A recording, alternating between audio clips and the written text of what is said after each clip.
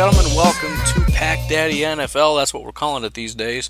We're going to do something a little bit different here. This is a 7-round mock draft, and I'm going to do the first one, of course, is going to be the Green Bay Packers. But I just wanted to introduce you to, first of all, something we're doing that's new, but also we're going to be doing our first ever giveaway. So what I have, if you're not aware of it, there's a website called fanspeak.com, FANSPEAK.com. It's a very cool website. You can go there, and it's sort of an automated website where you basically pick a team, you pick how many rounds you want to do, you pick your draft board, blah, blah, blah, blah, blah.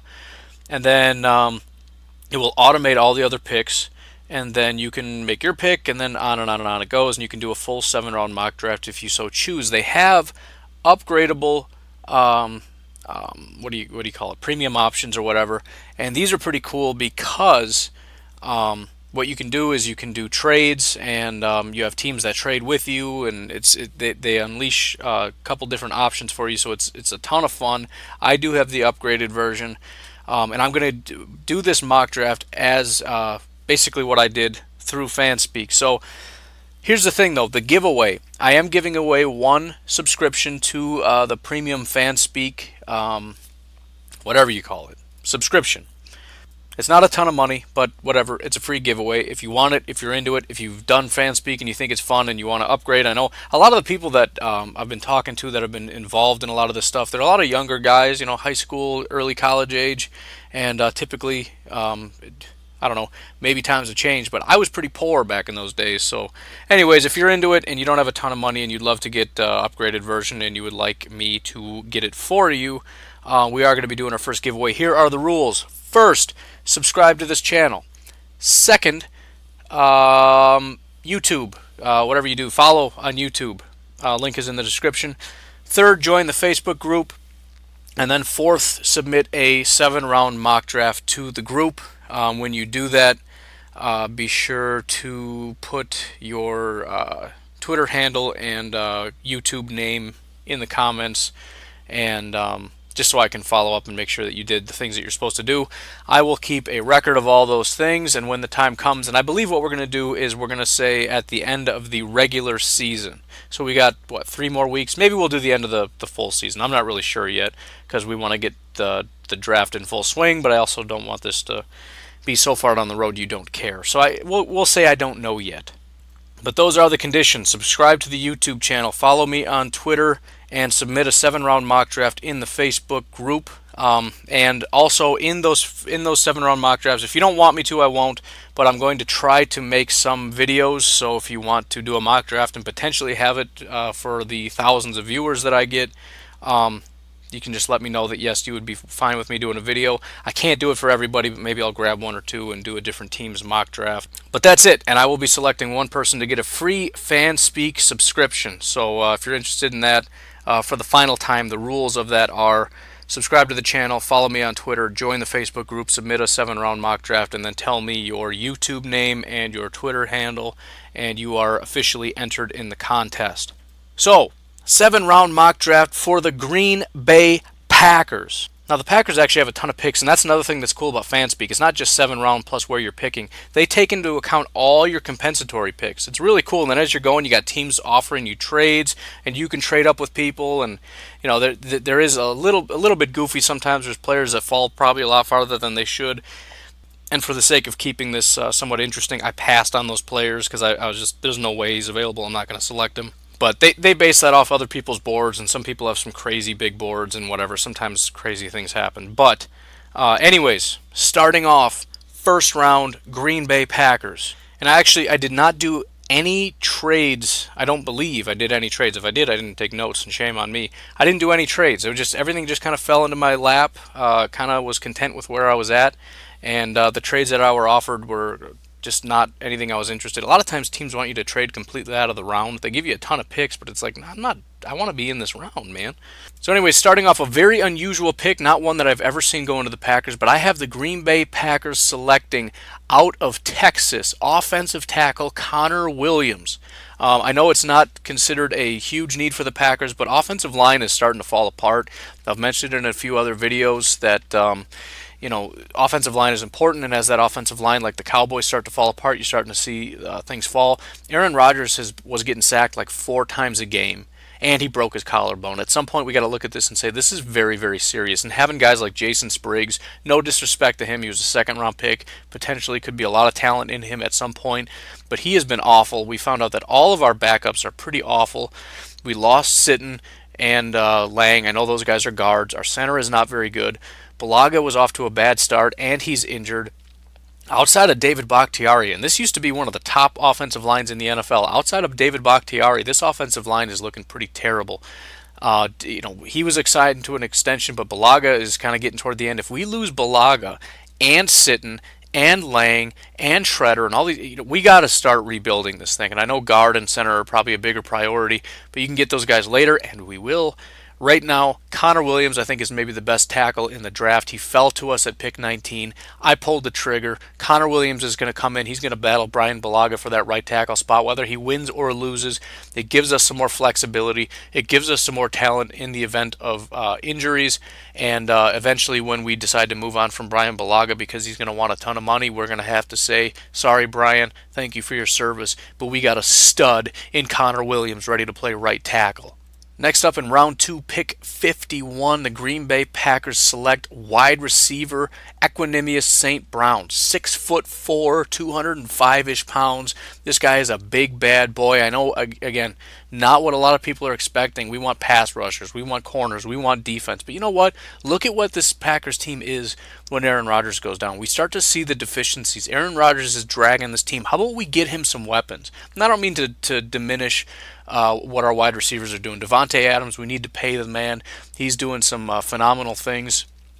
But Jordy Nelson, he's already been talking about retirement. When he got injured last time, he was considering not coming back. I believe 2018, 2019, his contract's up. I don't think he's coming back. So we're going to need to look beyond him. Randall Cobb, every year there's talk about, maybe it's time to move on from Randall. He did get a contract extension, but I do tend to think when that's up, he's gone. So really, we got Devontae and a bunch of unproven talent behind him. Jeff Janis hasn't proven anything. Trevor Davis is strictly a return man. Geronimo Allison, a lot of people like him, but let's face it, he's a backup. We don't want him as a number 1. We don't want him as a number 2. We need to get more talent, and the Packers and Ted Thompson particularly do phenomenal grabbing guys in the second round. Equanimeous St. Brown is a big, scary, talented guy. He's a big 6'4", go up and get it type. So adding some more talent to the wide receiver pool and to this offense, a much needed talent. Next up, round 3, pick 19, number 83 overall. The Green Bay Packers select out of Wisconsin tight end Troy Fumagalli. For those of you looking for defense, you're furious with me. I get it, but again, another offensive weapon for the reasons that I've said. But also, the Packers love, as we all know, tight end, and they just can't seem to quite get it right. We had a pretty good thing with Jared Cook. We let him go. We brought in Martellus Bennett. That was a nightmare. Right now we have 2 tight ends, and neither of them are any good whatsoever. We got to find one. At some point we got to get one. Mike McCarthy has in his mind an idea of a team that is not centered around tight end, but absolutely features tight end. He loves tight end. He used to be a tight end. He's obsessed with tight ends. He wakes up in the morning. He wakes up in the middle of the night having dreams about tight ends in a cold sweat. Troy Fumagalli is a talented guy. He's a good receiver. He's the kind of guy that can capitalize on the talent that Aaron Rodgers has, right? Aaron Rodgers, whatever deficiencies Fumagalli has, Aaron Rodgers is the kind of guy that can flesh that out, right? He can make Richard Rodgers look like a halfway decent tight end. Imagine what he could do with a guy like Troy Fumagalli on the team. And let's face it, third round, we have an instant starter. There's almost no way he loses a job to Richard Rodgers. Maybe out of the gate, Richard is the featured guy, whatever. Troy Fumagalli is going to be the featured guy by mid-season next year. Absolutely guaranteed. Next up, we have our third round compensatory pick. This is pick 102, pick 38 overall, and the Green Bay Packers, using those compensatory picks that Ted Thompson loves so much, we're going to get cornerback Quentin Meeks out of Stanford, 6'2", 200-ish pounds, whatever it is. The Packers have some talent. We don't really like to acknowledge it, but you grab a first-round corner, which is an option. But really, with the way Demaryius is playing, and with Kevin King, and as much as the guys that we have aren't playing that well, you know Ted Thompson and Dom Capers are going to keep those guys on the field. Kevin King could be turning it around. Demarius Randall is already playing much, much better. So you grab a guy in the first round or second round, where's he going to go? He's going to sit on the bench. And we don't want another guy that we draft highly to sit on the bench. And it's not a great cornerback year anyways. So grabbing a guy like Quentin Meeks in the fourth round that can learn and can grow and could potentially come in and be a starter at some point and at the very least be depth, because we've lost quite a few people and injuries have been pretty devastating. Despite how much we've invested at corner, there isn't much there. Devon House, he was never really that good when he was with the Packers before. He left and went to the Jaguars. He was even worse. He's coming back now, and he's not that good. He's just never been that good. I don't know what the whole thing about Devon House was. He's never been good. He comes back. He's still not good. So he's getting older. Let's get rid of Devon House. Josh Hawkins has been pretty good when he's on the field, but he's very rarely on the field. Dimitri Goodson, I cannot believe, is still on the team. Lindsey Pipkins and Donatello Brown have shown some stuff, but I mean these are undrafted free agent types. Not that the Packers haven't done well with that in the past. Maybe we need to see these guys, because whenever they step on the field, they've been pretty impressive, but they never get any time on the field. The bottom line, though, Kevin King and Demarius Randall are probably going to be the starters. We got to find a slot guy at some point. Maybe it'll be Randall. I don't really know. But at the very least, we need depth. I don't want to take depth in the early rounds. I'm comfortable doing it in the third round with a compensatory pick especially. So I'm content waiting until this point and grabbing a guy like Quentin Meeks, who's a big, stronger physical type corner. Next up, we have round 4, pick 19, 121 overall, and the Green Bay Packers select center Frank Ragnow. I don't even know if that's how you say it. I don't know, but I did watch film on this guy. I got to tell you, I love this guy. I haven't watched any other centers. I did in the Facebook community, Facebook group. Please join that, by the way, if you're not in it. It's a lot of fun. We have a lot of real hardcore, dedicated draft fans in that group. Link is in the description. They don't have Frank as the top guy. He's like number 3 on their list. But from what I've seen watching this guy, I would love to grab him. As much as I was a huge Corey Linsley fan and I thought he was phenomenal, he's been terrible this year. I have to assume all the talent and accolades that he put on previous years had to do with having solid guards next to him. And now that he lost that and he's with, Jari Evans and Lane Taylor, who are not exactly stalwarts at the position, his talent has fallen off. But grabbing a guy like Frank, and I know it's a fourth round, but that's typically where you're going to see centers fall. And it's kind of like grabbing the top fullback. It doesn't mean he's bad because he went in the 6th round. It just means he's a fullback. But center's getting no love. I think it's actually a pretty important position, especially, you got these guys. Look at Mike Daniels and Kenny Clark and the Aaron Donalds and all these guys along the middle. You're telling me center isn't important? Give me a break. But I think Frank's a monster. I think he's a freak. When I saw him sitting there at 4, I said, absolutely. We got to keep building this offensive line. We got to tackle. Grabbing a center to help shore up the center of that line, which is I wish it wasn't a need, but it absolutely is. And again, Frank is just an absolute beast. So out of Arkansas, Frank Ragnow, whatever. I obviously I made the pick. I love the pick, so very happy with the pick. Next up, round 5, pick 19, number 157 overall, out of Alabama, cornerback Anthony Averett. Now this might be a guy that's probably going to go earlier. I'm not really sure. I did see him kind of as like a 2nd, 3rd round guy, but whatever. I'm fine with it. Who knows what's going to happen? There's so much malleability in this stuff. We are doubling back again. We need more depth at corner, and a lot of our cornerback depth, it tends to be undrafted free agents, and I think we need to get away from that a little bit. As much as we kind of took swings at running back last year, it would be nice to kind of do the same thing with cornerback. Just take a bunch of swings and eventually something's going to stick. So Demarius Randall is stepping it up. How good his ceiling is and whether or not he's going to regress into being one of the worst in the NFL is yet to be seen. Kevin King was always seen as a project. Is he going to come back next year and be that big step that everyone expected? Everyone said, year 1, don't expect much. He's very raw, but his athletic ability is just off the charts. I mean, he is an absolute athletic freak in terms of size and speed and all that stuff. But beyond that, there isn't really much to like. So we went and got Quentin Meeks. Now we got Anthony Averett out of Alabama. We've got a solid base of corners to at least play with and just see what the best arrangement is, right? Let's just say Dom Capers is still around. Hopefully not, in my personal opinion.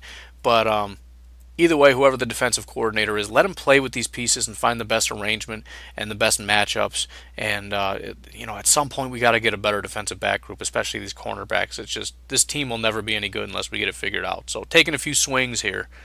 Next up, we have our 5th round compensatory pick, and we have pick 39, number 177 overall, and we're going with edge rusher out of Tulane, Ade Aruna. I'll be honest, I know absolutely nothing about him, but I looked him up in terms of, just sort of general stuff. I did watch a little bit of film. Obviously, it's 5th round, so when you're watching nothing but first round prospects and then you watch this, it's like, I don't know. But in the 5th round, this is what you get. He is a talented guy. I think the fact that he's out of Tulane is going to be part of the reason he's fallen. So he's, you watch him against the competition he's going against, he looks like a monster, but it's Tulane. So it's kind of up in the air. But either way, you got to get depth at edge rusher. And again, do you want to take a first-round edge rusher? I know a lot of the mocks haven't taken that, but what's he going to? He's going to sit on the bench. He's going to be a rotational guy like Vince Beagle is. Because the fact of the matter is, as long as Perry and Matthews are on the field, they're going to be the primary guys. And then you got guys like Vince Beagle who are proven. So even if the talent isn't quite there, he's going to be getting time.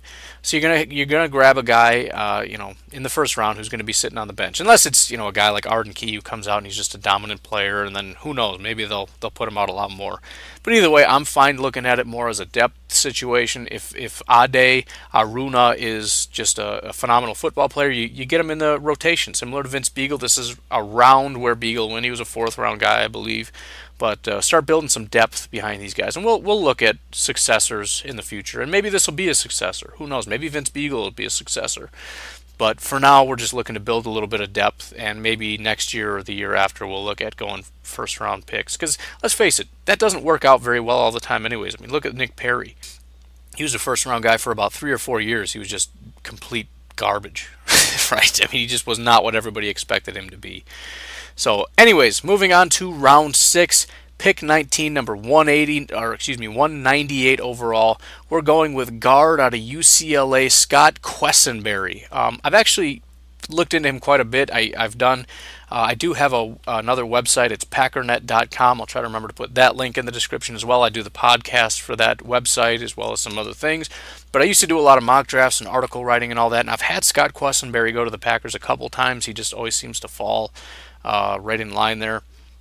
But, we got to start looking at guard as well. We got to start rebuilding this offensive line. Who knows at round 6 how talented Scott's going to be, but at the very least, we got to start taking a look at it, because how many times do you say at the very least, dummy? We have to start looking at depth, if nothing else, right? Because the depth is just not there. So if we're going to be stuck with Lane Taylor and Jari Evans, and I don't mean to say stuck. Jari Evans is a Pro Bowl guard. He's not what he used to be, but he at least deserves the respect of me not trashing him on this program here. But Lane Taylor, he's a guy that until he became a starter, everybody in Green Bay wanted him gone. Now that he's a starter, he gets a little more respect, but he's just not all that great. He's one of the better guys, and he played guard, he played tackle, he played all over the offensive line, so he earned a lot of respect from us. But we got to acknowledge he's not that good, and it honestly shouldn't be all that hard to replace him. It's not all that hard to believe that a guy like Scott Quessenberry could come in and replace him, even in year 1. Next up, round 6, pick 33, round 6 compensatory pick. We have, again, guard Braden Smith. So, once again, we're taking swings here.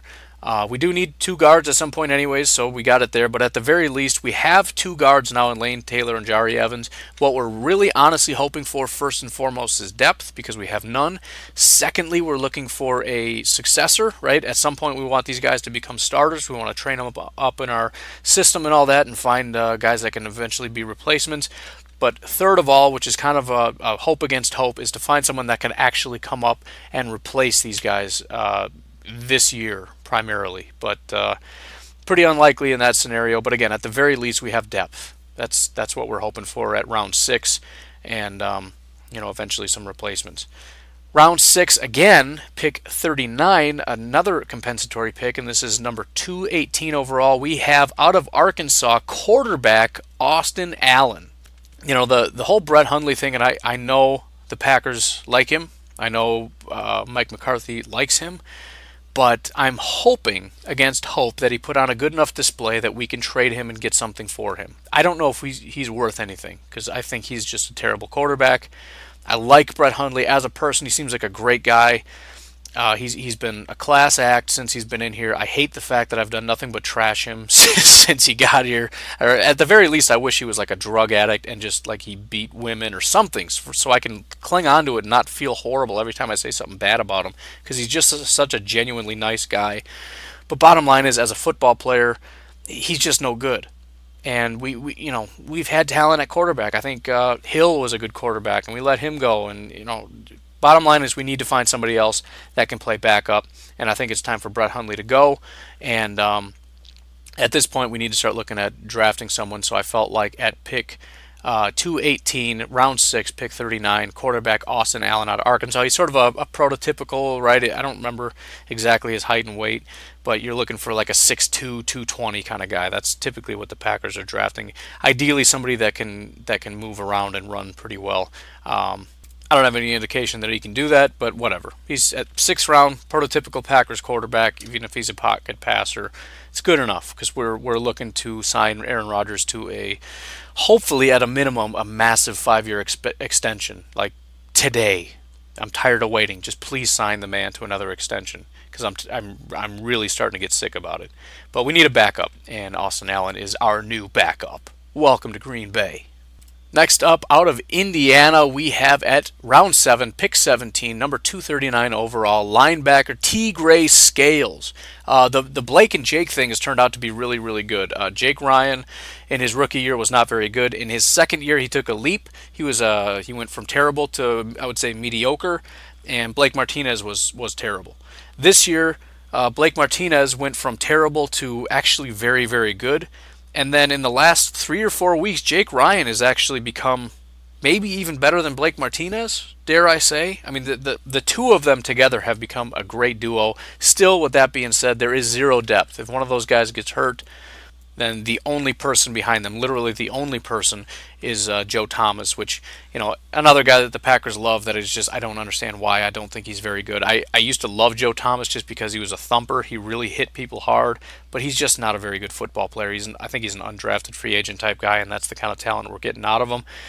So at the very least, we're looking to get some depth. I know we're not going to try to replace Jake and Blake. I think that's a great duo. I think it's a great pairing. And, another example of Ted Thompson doing a good job in the draft. Everybody wanted first-round linebacker, second round, first, second.